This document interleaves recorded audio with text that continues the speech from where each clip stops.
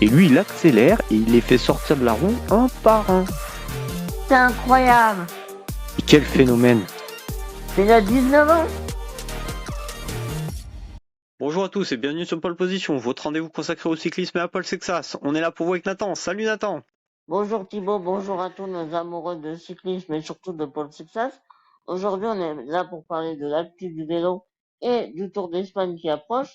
C'est vrai qu'on s'est absenté pendant quelques semaines, mais on est bien de retour pour vous parler de vélo. Alors oui, alors pendant cette petite période de repos pour nous, on a eu Remco Evenepoel qui s'est imposé à la Classique Saint-Sébastien. On a eu sur le Tour de Pologne la victoire de Marco Brenner avec un bon Louis Barret qui a gagné une étape et qui était là sur le général jusqu'au dernier jour. Et on a eu côté World Tour toujours Paul Magny qui s'est imposé à Hambourg. Il a passé les différentes côtes difficiles pour s'imposer au sprint, alors que des sprinters comme Milan Koy ou Groenewegen ne sont pas passés par exemple. Donc c'est plutôt encourageant. Donc toi Nathan, sur cette séquence-là, ces derniers 20 jours, qu'est-ce que tu as à nous dire? Déjà sur le Tour de Pologne, Louis Barret qui gagne son premier succès chez les professionnels, qui réitère aujourd'hui sur le Tour d'Allemagne pour un coureur qui vient d'arriver chez sa nouvelle équipe cette année, la Visma Lease Bike, et qui était blessé en début de saison. C'est juste exceptionnel de réaliser ses deux premiers succès chez le professionnel à une semaine d'intervalle. Et Marco Brenner sur ce même Tour de Pologne, ça m'a surpris. Mais je savais que c'était un bon coureur, mais ça reste une belle surprise pour la Tudor. Et Paul Magnier, exceptionnel, il confirme son statut de faisant partie des meilleurs sprinteurs du monde. Il faut dire aussi que, comme tu l'as dit, tous les sprinteurs n'étaient pas passés. C'était le favori du groupe du peloton, quoi, qui restait.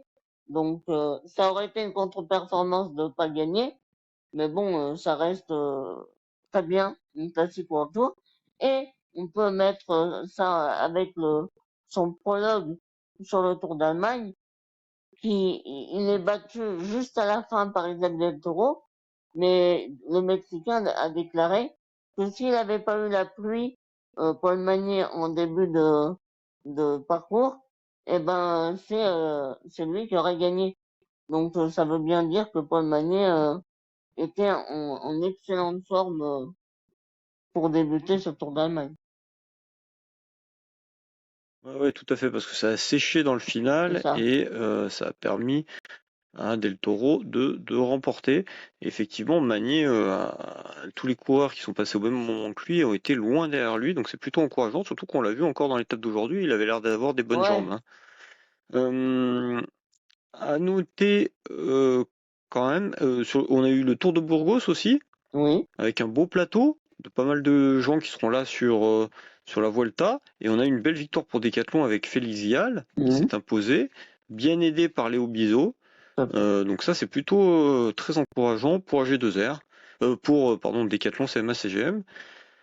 Je voulais dire aussi à noter quand même Magnier sur le Tour de Pologne, il n'a pas été à la fête, donc c'est une belle victoire quand même Ouais. qui vient récompenser euh, Son son travail. travail et on peut attendre de lui des bonnes performances dans les classiques parce que comme je disais, il a passé les côtes qui passaient pas forcément ces derniers temps. Donc voilà, belle victoire pour lui. Oui, tout à fait. Alors on fera de la Vuelta, comme tu l'as dit, on fera aussi de l'actu en fin d'émission sur Paul Sexas. Avant ça, je vais faire un petit point. On a le Tour de l'Avenir qui a commencé aujourd'hui. Et je veux qu'on s'intéresse un peu aux jeunes pour voir justement quels sont dans le futur. On va suivre ce Tour de l'Avenir avec attention pour voir dans le futur quels sont ceux qui vont potentiellement rivaliser avec Paul Sexas, hein. On va suivre en particulier Lorenzo Finn, Mm. qui sera l'immense favori de ce Tour de l'Avenir. Aujourd'hui, c'est Drezen qui s'est imposé de l'Auto Intermarché, de l'équipe jeune, mais Lorenzo Finn était en échappé avec lui dans le final. Donc bonne bon résultat pour l'Italien, qui déjà se place bien en vue du classement général. Est-ce que nous, côté français, on va suivre Aubin Sparfel, peut-être? Tout à fait. Même si ça risque d'être compliqué, on l'a vu sur le Giro Next par rapport à Lorenzo Finn. Voilà, je pense que ça va être un peu compliqué. Est-ce que t'as Bah, d'autres coureurs juste pour que tu rebondir vas sur suivre? Aubin Parfait, c'est plus quelqu'un qui vient du cyclocross. Moi, je le vois plus comme un puncher classic man, peut-être pour gagner éventuellement dans le futur la Flèche Wallonne. Donc, c'est vrai que le Tour d'avenir, mais bon, pourquoi pas, hein, s'il peut jouer le podium, on sera bien content. Après, on a Matteo Ramirez de chez UAE, qui l'an dernier avait eu du mal à suivre les Paul Sixas et autres Arnaud Ouida. On a aussi, après, il y a beaucoup de nouveaux noms qu'on connaît pas très bien, moi je trouve. Et il y a Enrique Bravo, le Brésilien de chez Soudal Quickstep, qui lui, il a fait le tour de l'Ain récemment. Il fait sixième, je crois, il me semble. Et puis il a été acteur sur cette Quatrième, course. quatrième. Ouais, c'est ça. Et surtout, il a été acteur. Dans l'école, c'est lui qui était à l'offensive. Donc, je pense qu'il sera le principal adversaire de Lorenzo Finn. Ok. Ce qui est intéressant à noter quand même, c'est que la plupart des favoris de cette édition sont des 2006. Ouais. Donc Comme sont de Paul la même Sexas. année que Paul Sexas. Voilà. Très bien, ben on va suivre ça avec attention, hein, ça vient juste de débuter, donc c'est parfait. Mm. Et donc je te propose qu'on passe à la Vuelta. Ah oui. Et en parlant de jeunes, justement, il y a un gros plateau de jeunes sur cette Vuelta, comme à son habitude. Tu nous les as listés, Nathan. Oui, c'est ça. Vas-y, dis-nous qui c'est que tu vas suivre comme jeune sur cette Vuelta. Alors, j'ai préparé une liste, hein, parce qu'il y en a beaucoup. Alors, on a Arnaud Widar, Léo Bizio, Marco Brenner, Philippe Pickering, Jacob Ormzel, Marco Bellocchi, Luc Tocqueville, Oscar Henley, Chan Brooks et Ben Tollett. Voilà, une belle liste Ok. pour jouer le maillot blanc sur cette Vuelta. Et on pourra voir qu'est-ce qui en découle finalement la hiérarchie de la jeunesse sur ce Tour d'Espagne. Ça me semble être assez intéressant. Ouais, oui. Alors on a aussi Torres Oui, de chez à UAE, suivre côté tout UAE. à fait. Voilà. Et à noter qu'avec Vidar et Torres, c'est les deux les plus jeunes, hein, puisque ils ont à peine 20 ans. Hein. C'est des 2005. Ouais. Donc voilà, ça va être les coureurs intéressants à suivre. Et enfin à suivre pour l'avenir. Hein. Moi je parle toujours euh, dans quelques années par rapport à notre Paul Sexas. Et on a aussi, tu nous as dit Bellocchi qui est 2005 aussi. Ouais.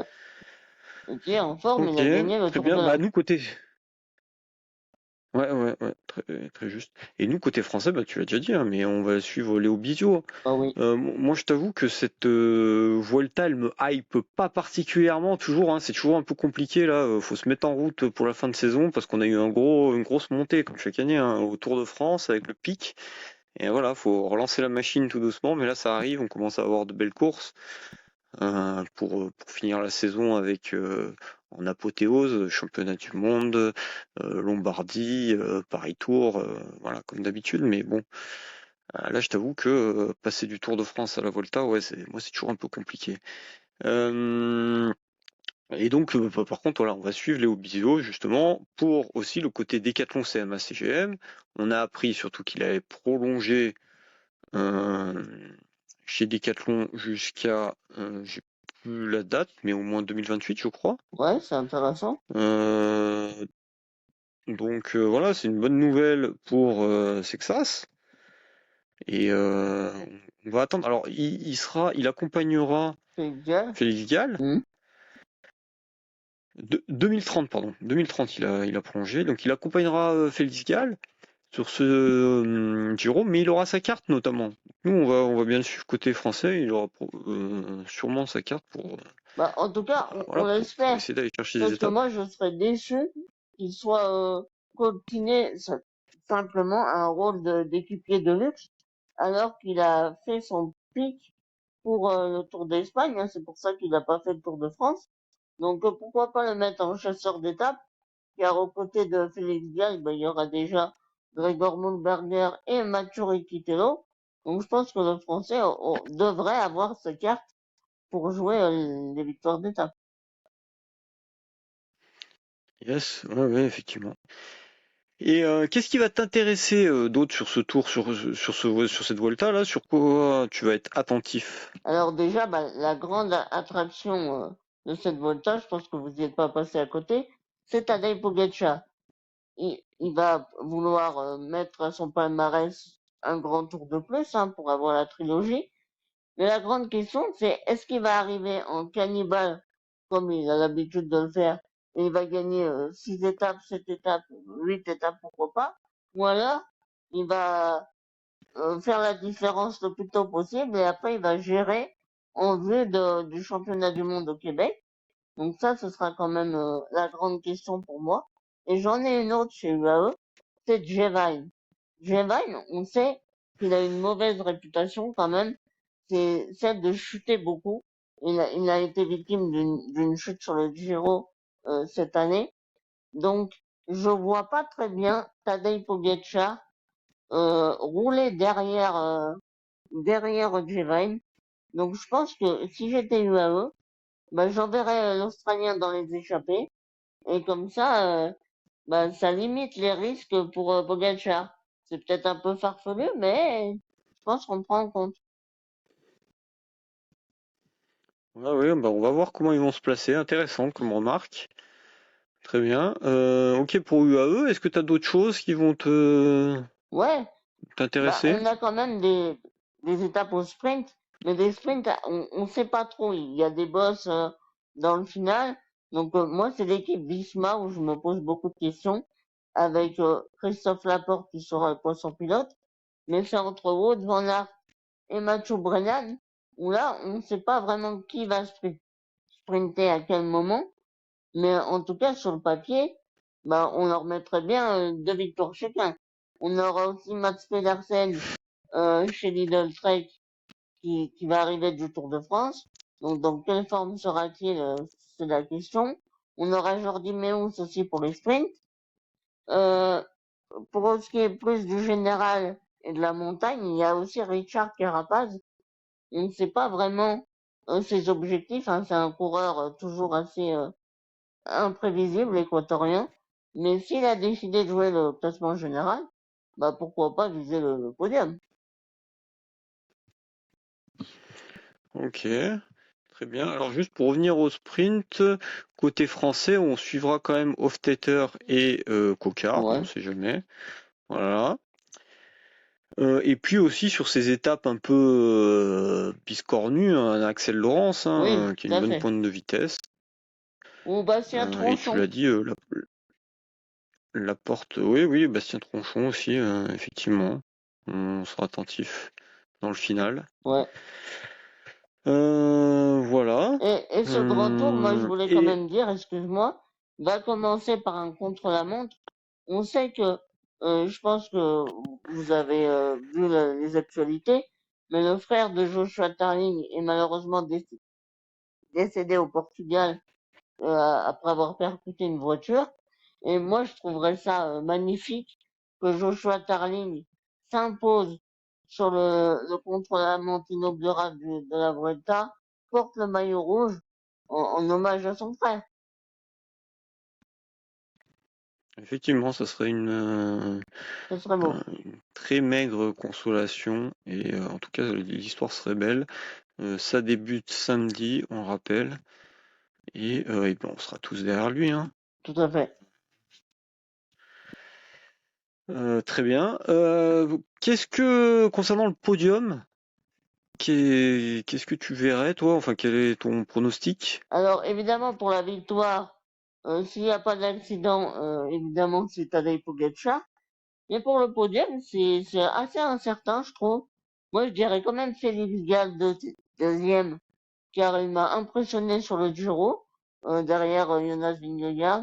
Sur le Tour de Burgos, il a confirmé. Malgré le chrono quand même de 30 kilomètres, le deuxième chrono, ben, je pense qu'il arrivera quand même à faire la différence par rapport à ses concurrents. Et je mettrai un Mathias Kelmozo sur la troisième place, car il a fait un Tour de France exceptionnel malgré la start list qu'il y avait et Juan Ayuso dans sa propre équipe.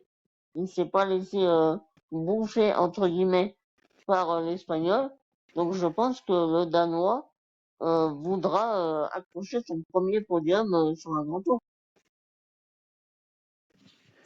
Yes, alors à noter qu'il y a quand même Almeida Ouais, aussi. c'est vrai. Bon, même si on sait pas trop où il en est, puisqu'en Pologne il a abandonné. Mauvais Et début de saison. Only aussi. Ouais. Oui, et Only. On y est, oui, tout à fait. Voilà, hein. Mais lui, c'est pareil, Henrik il a eu Mas, une saison assez il y a d'autres. compliquée au Slowronet. Donc, il a quand même eu un succès sur le Tour de Burgos. Mais est-ce qu'il aura la caisse pour tenir 3 semaines? C'est la question. Ouais, ouais, bah écoute, moi j'ai l'impression que, en tout cas, il aura de la fraîcheur, hein. Ouais, Euh, Moi je le cocherais bien Only, mais bon, oui, tout on à fait. verra. Très bien, bon, merci pour ça. Est-ce que tu avais autre chose à souligner sur la Volta? Bah, toujours une équipe Movistar assez complète, hein, qui pourra, je l'espère, emporter plusieurs succès avec Ivan Romeo, Raúl Garcia Perna, Kyle de Brooks, on verra. Henrik Mas, c'est toujours un peu le running gag de la Vuelta. Il fait toujours deuxième. Là, ça me paraît quand même compliqué, mais pourquoi pas, hein. Eh ben, on va suivre ça, ouais, effectivement. Je te propose qu'on passe à la partie Paul Sexas maintenant, Ah, l'actualité de ces derniers jours. Alors, Paul Sexas, il a donné une interview à un journal néerlandais concernant notamment son Tour de France. mhm. Et il dit c'était une belle expérience pour moi, je pense pouvoir en tirer des enseignements, j'ai beaucoup appris sur mon corps, sur la fin j'étais complètement mort. Mais sur les champs, en fait, j'étais bien, j'étais très surpris, j'ai l'impression d'avoir pris en puissance. On verra lors des prochains objectifs, j'espère constater des améliorations dues au tour lors des mondiaux. Bon, je sais pas, je trouve ça intéressant cette déclaration, qu'est-ce que t'en penses toi? Bah oui, c'est toujours une déclaration pleine de lucidité de la part de Paul Sexas, hein. Il a vu que dans les ascensions, dans les grands cols, il avait eu quand même plus de mal que Isaac Del Toro, par exemple, mais qu'on l'a vu travailler pour l'AFCON aux Champs-Élysées, on a vu qu'il était quand même en forme. Donc, est-ce que il a eu une gestion un petit peu approximative lors des étapes lors des cols, ou alors ça fait partie de son apprentissage et que ça va lui permettre de, comme il le dit, d'apprivoiser son corps et de tout mettre en œuvre pour les classiques du Canada et les championnats du monde qui seront, et moi je l'avais dit dans un épisode précédent, qui seront son véritable objectif de la saison. Eh ben, ouais, ouais, non, mais c'est intéressant. Et il y a, alors je sais pas si c'est une traduction différente, hein, mais l'équipe, eux, ils mettent, j'espère secrètement constater déjà des progrès par rapport au Tour de France, en parlant des championnats du monde, hein. Ouais, Euh, bah oui. donc voilà, c'est ça. Et il doit, en termes de data, peut-être avoir déjà des indicateurs, hein. On l'a vu faire une sortie Strava aujourd'hui. 127 km, 4 heures, et il a pris notamment comme sur un col, plutôt sur la deuxième partie de sa sortie, euh, comme intéressant, hein. Bah oui, puis aussi, Euh, Paul, comme on le dit depuis le début de la saison, il ne cesse de nous surprendre et il repousse la barre toujours plus haut. Et ça, c'est ce qu'on pense, nous, suiveurs du vélo, mais c'est aussi ce qu'il doit penser, lui, dans sa tête. Donc, c'est pour ça qu'il dit que il espère voir des progrès au championnat du monde. Et je pense que tous les Français l'espèrent. Et je pense que Thomas Voeckler aura va prendre soin de concocter une belle équipe autour de Paul Succas. Yes, ouais, alors juste pour revenir, hein, je disais, il a pris plusieurs PR, mais celui le plus important, c'est sur un col de 11 km à 6,5%, donc sur un effort d'une trentaine de Ouais, minutes, c'est pas mal. à 23 km/h. Donc voilà, pour sa reprise, voilà, il a peut-être effectivement, hein, comme en théorie, après un grand tour, voilà, tu prends en foncier et en puissance, donc voilà, ça peut être intéressant. On va suivre ça avec attention. On fera une preview sur les championnats du monde, hein, on verra le Oui, profil notamment, hein. Et avant ça, de toute façon, il a les classiques Montréal et Québec, où on en rediscutera aussi, hein. bien sûr. Il y aura des choses à dire.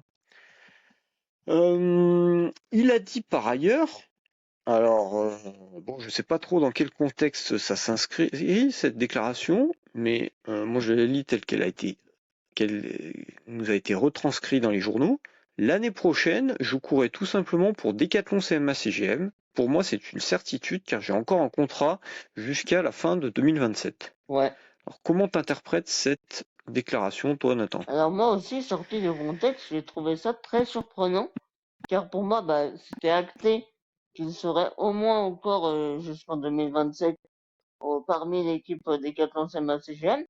Est-ce que ça sous-entendrait pas que finalement il aurait envie de partir après 2027? Alors moi, je trouve ça un petit peu tordu de penser ça, mais pourquoi il nous dit ça maintenant? C'est pour faire taire les, les mauvaises langues qui pensent qu'il va aller chez UAE, peut-être. Mais en tout cas, ça pose question. Et je pense que Decathlon aura doit tout faire pour le garder chez eux, évidemment.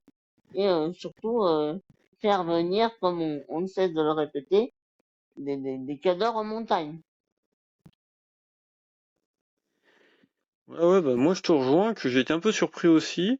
Et pareil, hein, dans le journal néerlandais d'origine, hein, bah, c'est exactement les mêmes mots qui sont retransmis, hein. Donc on sait pas trop comment la question lui a été posée, mais moi j'ai la même analyse que toi, c'est-à-dire on a presque l'impression qu'il dit qu'après il y sera plus, quoi. Bah ouais, Euh, c'est bizarre.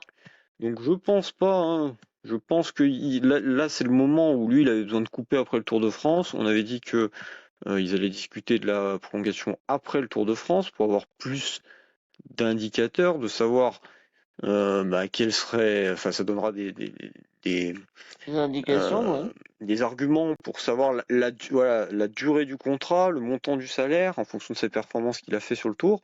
Donc voilà, ils vont pouvoir avoir des bases de négociation. Et lui, il a coupé après son Tour de France et là, ça va être le moment où il se remet dans la préparation pour ses objectifs de fin de saison, où il va pouvoir aussi parler de ça avec son agent. Bien sûr. Donc je pense que enfin, ça devrait accélérer dans les prochaines semaines, hein. Mais toujours est-il que oui, je partageais ta surprise, Nathan, à la lecture de cette décla. Et à noter que Del Toro, lui, a re-signé chez UAE. Alors, est-ce que ça ferme la porte à Paul Sexas chez UAE? Alors ça pour le coup, ça m'a pas surpris du tout, parce que quand on voit sa performance au Tour de France, plus quand il est l'unique leader de l'équipe sur les courses d'une semaine type Tirreno, Dauphiné, etc., bah, il relève les attentes. Et, mais par contre, par rapport à Paul Success, pour moi, ça change rien. Parce que quand on connaît l'appétit et l'ambition de l'équipe Emirates, bah, on sait très bien que eux, leur politique, c'est plutôt d'accumuler les talents. Et puis après, vous vous débrouillez euh, pour faire les forces, quoi. On verra bien. Donc, ça va pas décourager Mauro Gianetti d'avoir Paul Success dans ses rangs s'il le peut. Mais en tout cas, pour le Mexicain, bah, ça lui prouve qu'il peut être le successeur de Tadej Pogacar. Ok, bah très bien. Je suis d'accord avec toi, hein. Donc j'ai rien à ajouter. À noter que Marca annonce Pierre Gautrat, Ouais. un autre coureur de décathlon CMA-CGM, pas encore Paul Sexas, mais Pierre Gautrat chez UAE dès l'année prochaine. Qu'est-ce que ça t'évoque, toi, ce potentiel transfert? Bah, ça m'évoque que l'équipe UAE fait quand même beaucoup de transferts cette année.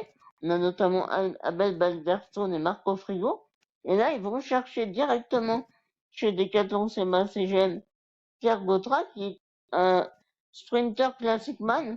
Donc, ça renforcera le pôle classique avec Benoît Cosnefroy notamment, la paire française qui devra jouer les flèches Brabanson, les, pourquoi pas, ouais, les classiques de début de saison, mais un petit peu moins importantes que les Tours des Flandres, etc., qui sont pour l'instant réservés à Pogacar et peut-être des taureaux dans le futur.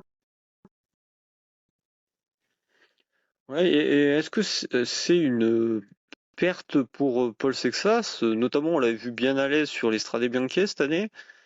Pierre Gautrat, est-ce que c'est une perte pour les saisons prochaines? Ou est-ce que, bah, compte tenu de ses ambitions, il faut viser plus haut, hein? Enfin, je sais pas, vas-y, dis-moi ce que t'en penses. Je pense que pour Paul, ça va pas changer grand-chose, honnêtement.